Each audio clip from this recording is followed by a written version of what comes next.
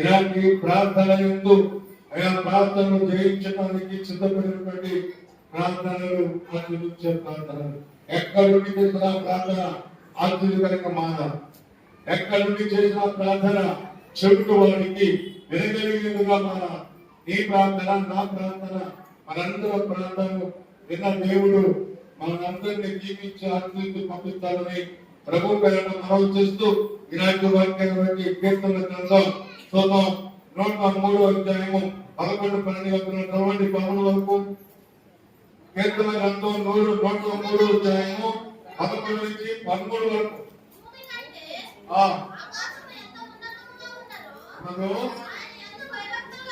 ఆయన యందు భయభక్తులు రావాలి. ఆయన కృపంత అధికముగా ఉన్నది. పడమటికి తూర్పుకి ఎంత దూరమో ఆయన మనకు అంత దూరము పరిచి ఉన్నాడు. తండ్రి తన కుమారుని జాతి పడినట్టు యెహోవా తన యొక్క భయభక్తులు గలవారి ఎడల జాతి పడిన దేవునికి స్తోత్రం. ఎంతమందికి భయభక్తి కలిగి ఉన్నాం? దేవుడి మందిరంలో, సంఘంలో, యెరూషలేము ప్రార్థనా మందిరంలో మొదటిగా మనకు ఉండాల్సింది భయము, భక్తి. కాబట్టి మన ఇష్టానుసారం నడవడానికి కాదు, భయపడడానికి భక్తి ఉండాలి. ఈ రోజు వర్షం వచ్చింది, ఏదో సమయం కూడా ప్రభు సంఘంలో హస్తగల సంఘం 4 మాటలతో ముగిస్తాం, అలాగే బల్లాలను కొనసాగుతాం. ఈ రోజు విడిచిపెడదాం. రేపటి నుంచి మాట్లాడుతున్న మాట ఏంటంటే, ఈ రోజు వాక్యముతో మాట్లాడుతున్న మాట సకల ప్రజలకు భయపడుతున్నారు. కాబట్టి దేవుడు వస్తున్నాడంటే ఆ రోజున ఆయన ఏం చేశాడు? దేవుడి యొక్క ఆయన పరలోకములో ఆయన వస్తున్నాడని తెలిసి, పెళ్లి కుమారుడుగా వస్తున్నాడని తెలిసి 10 మంది కన్యకులు ఏం చేశారు? 10 మంది కన్యకులు ఆ వారు తీసుకుని వెళ్ళారు. బయట చూడలేదు. తీసుకెళ్ళినప్పుడు ప్రభు వస్త్రాన్ని తెలుసుకోడా అంటే నీటిలో నింపుకోవాలి వెళ్ళారు. నూనె సిద్ధులో నింపుకోలేరు. ఏమైపోయారు వాళ్ళు? ఆ ఇళ్ళని అమ్మవారి దగ్గర కొనుక్కుని పోవాలి. ఈ లోపల అర్ధరాత్రి కురికారు, బెదిరించారు. ఆ ఉన్నవారికి వచ్చారు. సిద్ధంపులో నూనె వారు వారితో పాటు పెళ్లి కుమారులు ఇందులో పాల్పంచుకున్నారు. నేను వాళ్ళు ఎవరికి అడిగినా, అయ్యా మీ కుమారు సరిపోదు కదా ఎగురి వాళ్ళ కుమారులు కొట్టువారు దగ్గర కొనుక్కున్నారు. ఏమైందే?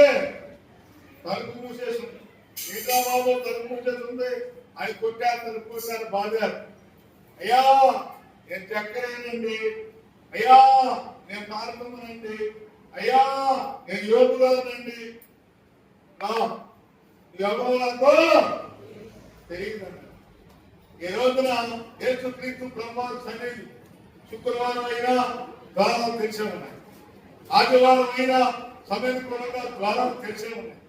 9 ప్రార్థన తెలియపరిస్తే 50 మన 20 నిమిషాల ప్రోగ్రాం చూసుకొని కప్పులు చేస్తారు. అంటే అయ్యగా చూపలేదు అనుకుంటారు, కానీ మా చూపు అంతా అక్కడ ఉంది. కప్పులు వచ్చేసి కప్పుకన చెల్లి ఏరము పక్కన, అలాగే మన పాలుగా పక్కన దొరికిపోతున్నారు. కాబట్టి నాకు తెలుసు పిల్లలు కూడా సాగుతుంది కదా. పిల్లలు కూడా పాలు తాగేటప్పుడు పెట్టలో తలగా ముందు తాగుతూ ఉంటే నన్ను ఎవరు చూడలేదు కదా అనుకుంటాను. కానీ చుట్టుపక్కల అందరూ దాన్ని వస్తున్నాం, కానీ అది మాత్రం చూడదు. కాబట్టి తీసుకోవాలి. ఎందుకు చెప్తున్నారంటే, ఒక్కసారిగా పోయినా ఒక్కసారైనా పడగా తగలపోతా అని చెప్తాం. కాబట్టి సమయం కూడా ఇంతమంది ఒకేసారి సంధిలోకి వచ్చి కూర్చొని ప్రార్థన స్టార్ట్ చేశామనుకోండి, అమృతం యమహిమ మహిమ నీవు నేను చూస్తానని పరిశుద్ధాత్మ కార్యం చేపడతాం. ఉన్నపాటునే దగ్గరపాటునే మనందరూ గంతులుగా ఆ రోజుల్లో మేడగదిలో వచ్చి నుంచి 3 గంటల సమయంలో వాక్యం బోధించినప్పుడు 8 గంతులు వేశారు. ఎక్కడ? మేడగదిలో పరిశుద్ధాత్మతో 8 గంతులు వేశారు. ఈ రోజు నీవు నేను గంతులు వేయాలి, గంతులు వేయాలి పరిశుద్ధాత్మ తాకి. కనుక నీవైనా నేనైనా కొన్ని మనందరం కూడా ఎలా ఉండాలంటే మనలో ఒక ఆత్మ దీపం, మనలో ఒక దీపం ఉంది. నలుని ఆత్మ యెహోవా పెట్టినా అంటే చెప్పాలి, నలుని ఆత్మ యెహోవా పెట్టిన దీపం. ఈ దీపం ఎప్పుడు ఎల్లప్పుడు వెలగాలంటే మనలో ఏముండాలి? సిద్ధింపబడిన నూనె ఉండాలి. ఆ నూనె ఎప్పుడు మనలో ఉంటే ఆ యొక్క దీపము వెలుగుతా ఉంటాయి. నూనె లేకపోతే ఆరిపోతే మనం ఎక్కడ కింద పడుకుంటాం, నిలబడం మాట్లాడడం కానీ వాళ్ళు కింద పడుకుంటాం. కనుక మనం సిద్ధింపబడిన నూనె వలె మన ఆత్మ దీపం 24 గంటలు వెతకాలి. దానికి కింద దానికి చూడండి, ఒక మాట చెప్తుంది ఇక్కడ, ఆకువాళ్ళకి అతని కాలం ముందు ఆ ఫలం చేసేవాళ్ళు ఉంటాయి, అతను చేయనంత సంబరం అవుతుంది. ఎవరో నాటబడదు ఆకువాడక కాలం ముందు అతను చేయనంత సంబరమగును చంద్రగొట్టు ఒట్టులందరూ. కాబట్టి న్యాయవంతులు దుస్తులను సభలో ఆపులను నిలవలు చాలండి. దేవునికి స్తోత్రం. నీతిమంతులు సభలో ఆపు నిలుస్తారు, నిలవలేరు. ఎందుకంటే నీతిమంతులైన పరిశుద్ధమైన దేవాలయం. ఈ దేవాలయము నీతిమంతులకు సాదృశ్యం. ఈ సాదృశ్యంలో పాపను నిలవలేరండి.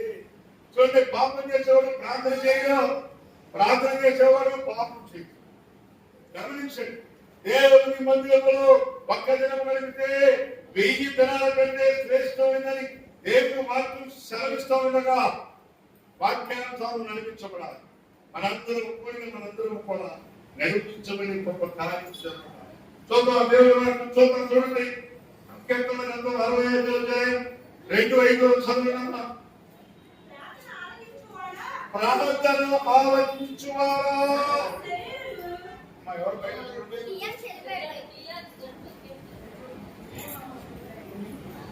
ప్రార్థనలు ఆలకించువారా, సాధువ శరీరులు నీ యొద్దకు వచ్చుదురు.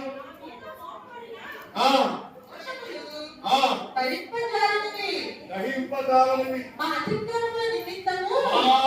అతిక్రమల నిమిత్తము నీవే ప్రాయశ్చిత్తము చేయదము. ఈ ఆవరణలో నివసించుతున్నట్లు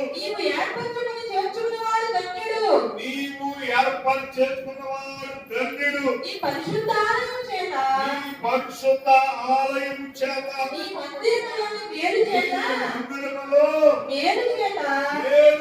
నేను తృప్తి పొందును. చాలండి, దేవునికి స్తోత్రం. ఎవరికి తృప్తి పొందాలి? దేవుని మందిలో నివసిస్తూ అనుకూలమైన సమయంలో నడిపించబడి దేవుని వాక్యానికి నెవర వేసుకునే పిల్లలుగా నీ ఉండాలని, నేను తృప్తి పొందుదని దేవుని వాక్యం సెలవిస్తా ఉంది. ఈ ఉదయకాల సమయంలో ఎలా ఉన్నావు? నీ మనసు ఏంటి? నీ ఉద్దేశం ఏంటి? నీ ఆలోచన ఏంటి? నీ వ్యక్తిలో కలిగి దేవుని ఎదురు వచ్చావు. నీ హృదయాన్ని నువ్వు ఆలోచన చేయి. వాక్యం ద్వారా మాట్లాడుకోవాలి. వాక్యం అనే అర్థం నెలలో ఉన్నా ఈ వాక్యం ద్వారా బలపడాలి. వాక్యాన్ని ఆధారం చేసుకోవాలి, బ్రతకాలి. వాక్యాన్ని ఆధారం తినాలి, వాక్యం తినాలి, వాక్యాన్ని ఆధారం చేసుకోవాలి. వాక్యం ద్వారా బ్రతకాలి. దేవునికి స్తోత్రం.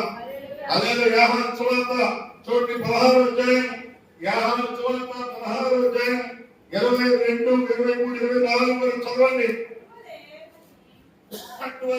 మీరును ఇప్పుడు దుఃఖపరుచున్నారు కానీ మిమ్మల్ని మరలా చూచెదను. అప్పుడు నీ హృదయం సంతోషించును. నీ సంతోషమును ఎవ్వడును నీ యొద్ద నుండి తీసివేయడు. దేవునికి స్తోత్రం. ఇప్పుడు దుఃఖపడుతున్నావేమో నువ్వు, ఒకవేళ దేవుని యొద్దకు వచ్చి నువ్వు దుఃఖపడుతున్నావేమో, నీ దుఃఖమును తీసి సంతోషంగా మార్చగల దినం ఏర్పాటులో సిద్ధపడుతుంది. ఒక్కొక్క సమయంలో ఆ దినం ఏమన్నా తెలుసా, రెప్పపాటునే మారుతుంది. నీకు సిద్ధపడిన ఆ యొక్క సంతోషం దినం ఏమన్నా ఒక్కొక్కసారి మార్చబడుతుంది, ఒక్కొక్కసారి నెలబడుతుంది, ఒక్కొక్క పర్యాయమో సంవత్సరాలు కూడా పడుతుంది. ఏది ఏమైనా కూడా మా దేవుడు సంతోషాన్ని నాట్యంగా మార్చగలదు. కనుక నువ్వు దుఃఖపడే దినాలు సంతృప్తం అవుతున్నాయి, సంతృప్తి అవుతున్నాయి. ఇక దుఃఖపడాల్సిన పని లేదు. ఏ దుఃఖంతో వచ్చావో, ఏ ఆవేదనతో వచ్చావో, ఈ ఆవేదనన్నీ కూడా నా దేవుడు తీర్చి ప్రార్థన పడటం ద్వారా గొప్ప ఆత్మని నేర్పు పొందుకుంటాం. ప్రభు పేరున మనం చెప్తున్నాం. దేవునికి స్తోత్రం. ఎబ్రియలు గ్రంథం 3వ అధ్యాయం చూడండి. ఎబ్రియలు 3:5-15 చదవండి. గుర్తు చెప్పబోవు సంగతులకు సాక్షాత్తుగా మోషే సంచారకుడై ఉండి దేవుని ఇల్లంతటిలో నమ్మకముగా ఉండెను. అయితే క్రీస్తు కుమారుడై ఉండి ఆయన ఇంటి మీద నమ్మకముగా ఉన్నాడు. ధైర్యమును నిరీక్షణ వలన ఉత్సాహమును తుదపట్టుకు స్థిరముగా చేపట్టిన యెడల మనమే ఆయన ఇల్లు. దేవునికి స్తోత్రం. అంటే నీవు నేను నమ్మకముగా ఉన్నప్పుడు మెండైన ఆశీర్వాదాలే కాదు, మన పక్షాన ఆ ఇల్లు మనదే అని దేవుని వాక్యం ప్రకటిస్తారు. ఏమంటే ఇదంతా నమ్మకముగా ఉన్న ఇల్లు అండి. ఈ దేవుని మందిరంగా ఒక ఇల్లు. ఇంట్లో ఉన్న వారి విశ్వాసందరం కూడా తండ్రి రక్తములో కరగబడ్డ పిల్లలను, ఒక తండ్రి పోలిన వారముగా ఉన్నాం. తండ్రి యేసుక్రీస్తు ప్రభు అయితే ఆయన రక్తములో కరగబడ్డ వారు. ప్రతి వ్యక్తి కూడా బాధ్యత నీతికాన్ని గ్రహించి ఆయన సన్నిధిలో నిలిచి ప్రాధాన్యపూర్వకముగా నడిపించబడుతున్న మనలను నీతిమంతులుగా ఎంచబడ్డాముగా అందరము తీర్చిదిద్దడానికి ఒక నమ్మకము కలిగిన ఇంట్లో ఉన్నారు. ఈ నమ్మకము ఇంట్లో ఉన్న వారందరూ కూడా సంతోషముగా ఆడంబరముతో ఎత్తబడే వారముగా దేవుని మహిమార్థం ఆయన క్రీస్తు ప్రభువారు ఆయన రాకడి సమయంలో సిద్ధపడి కలిగిన వారంగా ఉన్నారు. నమ్మకముగా ఉన్నప్పుడు ఆయన నమ్మకాన్ని ఊము చేయకుండా నమ్మకము కలిగిన వ్యక్తులముగా మారాలి.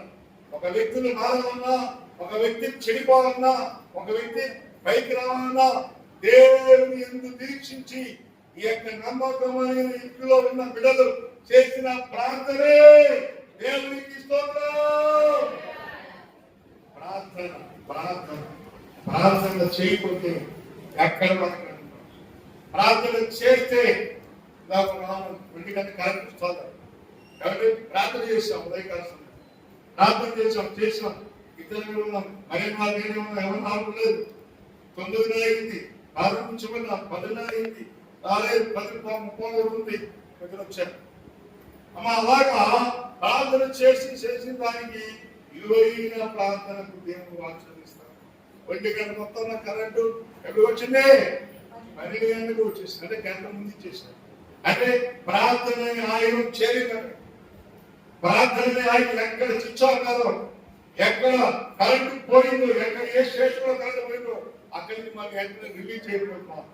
అంటే మోగవారేమో, అది చెబుతూ వారేమో ఇదో నేను ప్రార్థన చేస్తున్నాను. నీ నామం బట్టి ఇప్పుడే మోగ చెవిటి తీసివేసి వెలుగురు కావాలి, కొన్ని విమానాలు వేసి వెంటనే కరెంటు కావాలి. ఈ మాటలు వినాలి, ప్రజలందరూ వినాలి. ఈ 4 కోట్ల మంది కాదు, అనేక వినాలి. ప్రభావాన్ని ప్రార్థన చేసినప్పుడు గొప్ప ఆశీర్వాదం అది ఇచ్చాడు, వెంటనే కల్పించాడు. దేవుడు యొక్క పొరపాటు కనుక నీ ప్రార్థనలు నా ప్రార్థనలు నమ్మకముగా ఉన్న ఇంట్లో ప్రార్థన చేస్తే అనేక మంది తీర్చబడతారు. ఇబ్బందుల్లో వారు చెప్పుకోవాలి. ఒకరు ఇంట్లో ఉన్న వారు అనేక వారు ఏది పోయిందో ఇవి పోయింది చెప్పుకోవాలి. సావుకు చెప్పాలి, సావుకు చెప్పాలి. సంఘ బిడ్డలు కూడా కుటుంబకున్నా ఎడపకున్నా వాళ్ళందరూ కూడా తెలియపరుచుకోవాలి. నా భర్త ఈ పని పడుతున్నాడు, నా భర్త తాగుబోతే, నా భర్త చెప్పి మాట్లాడుతుంది, నా భార్య చెడిపోయింది, నా భార్య పట్టుకోలేదు అని రకరకాలైన వారు అవసరమైన వారు అందరూ కూడా దేవుని మందిరంలో నమ్మకం ఇల్లు కాబట్టి ఈ ఇందులో మనం చెప్పుకుంటే ప్రార్థనలు చేస్తే ఆ ప్రార్థనల ద్వారా దేవుడు ఆశీర్వదిస్తామని ఒక నమ్మకం ఇల్లని వాక్యం చెప్తారు. వాక్యం ద్వారా నమ్మకం ఇంట్లో మనం ఉన్నాం. ఇంట్లో దేవుని ప్రేమల ఇల్లు, తండ్రి రక్తంలో కలగబడ్డ ఇల్లు. ఇంట్లో నుంచి ప్రార్థన చేస్తే సునాద గీతాలు వినపడతాం. సునాద గీతం ఎక్కడితో తేలి దేవుని మందిరంలో నుంచి వస్తాం. కనుక ఈ సునాద గీతలు వినాలంటే ప్రార్థన చేయాలి. సేవకుడిని ఇక్కడ మాట్లాడుతున్నాను, ఎందరో చెప్పాం, అమ్మా నెలలో 3 వారాలు శనివారం ప్రార్థన ఉండదు, 3 వారాలు శనివారం ప్రార్థన ఉండదు, 4వ వారం బలవారం ముందు శనివారం ప్రార్థన ఉంటుంది అని చెప్పాం. రాత్రి 2 ప్రార్థన వచ్చారు, చేతులతో మంచోడు, చాలా మంచోడు, మాట అన్నం చేయించిన అన్నం ఈ మంచోడు. రాత్రి ఎంతమంది ప్రార్థనకు వచ్చారో మీ అందరికీ తెలుసు. కాబట్టి మహిళ గారు, నేను, సుగనమ్మ గారు, కుమారి గారు, రెడ్డి గారు ప్రార్థన చేశాం. ప్రార్థన చేసి ఆ సమయం వరకు ఏ సమయం అయితే ముగిస్తున్నాను 9 గంటలకి 9 గంటల సమయం వరకు ముగించుకొని తాళా తీసుకొని బయలుదేరి వెళ్ళాం. దేని కొరకు ప్రార్థన చేశాం? ఈరోజు అంశం కొరకు. మీరందరూ ఉంటే దేవుడు నిజోడు కాదు. ఈరోజు వాక్యం కొరకు వాళ్ళ ఆరాధన క్షేమకరమైన ఆశీర్వాదంతో మాట్లాడుకోమ్మా. నీ దేవునితో నీ దాసుని తిరుగున్నప్పుడు నీ ఆత్మవక్షని దాసునిపై కొమ్మరించిన ఆయన నువ్వు మాట్లాడుకోమ్మా. ఏ మాట అయితే మాట్లాడుతున్నావు మాటలకి అందరు వేల పడి ఫలించాలి. గొప్ప కార్యాలు క్షేమకాల వారు అని అందరి కొరకు ప్రార్థన చేశారు.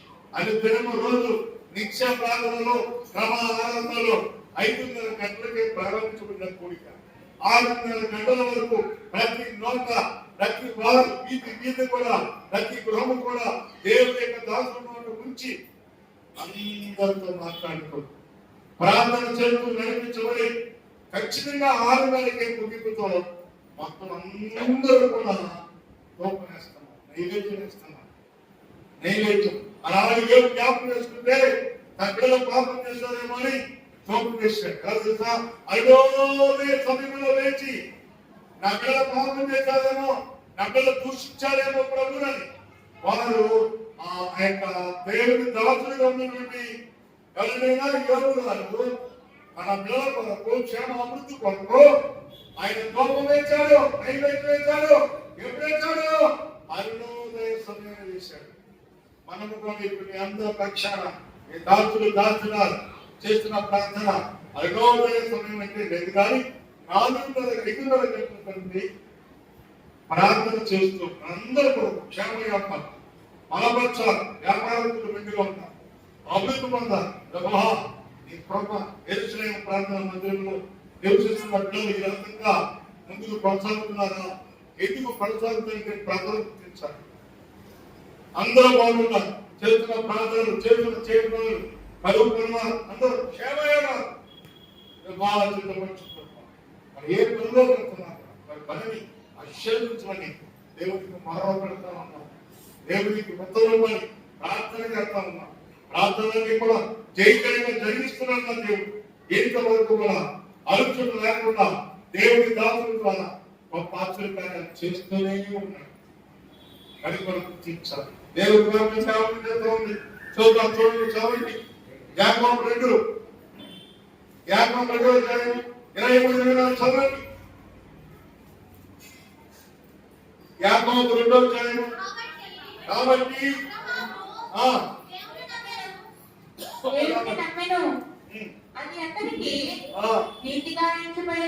ప్రీతిగా ఎంచబడెను అని లేఖనం నెరవేర్చబడెను.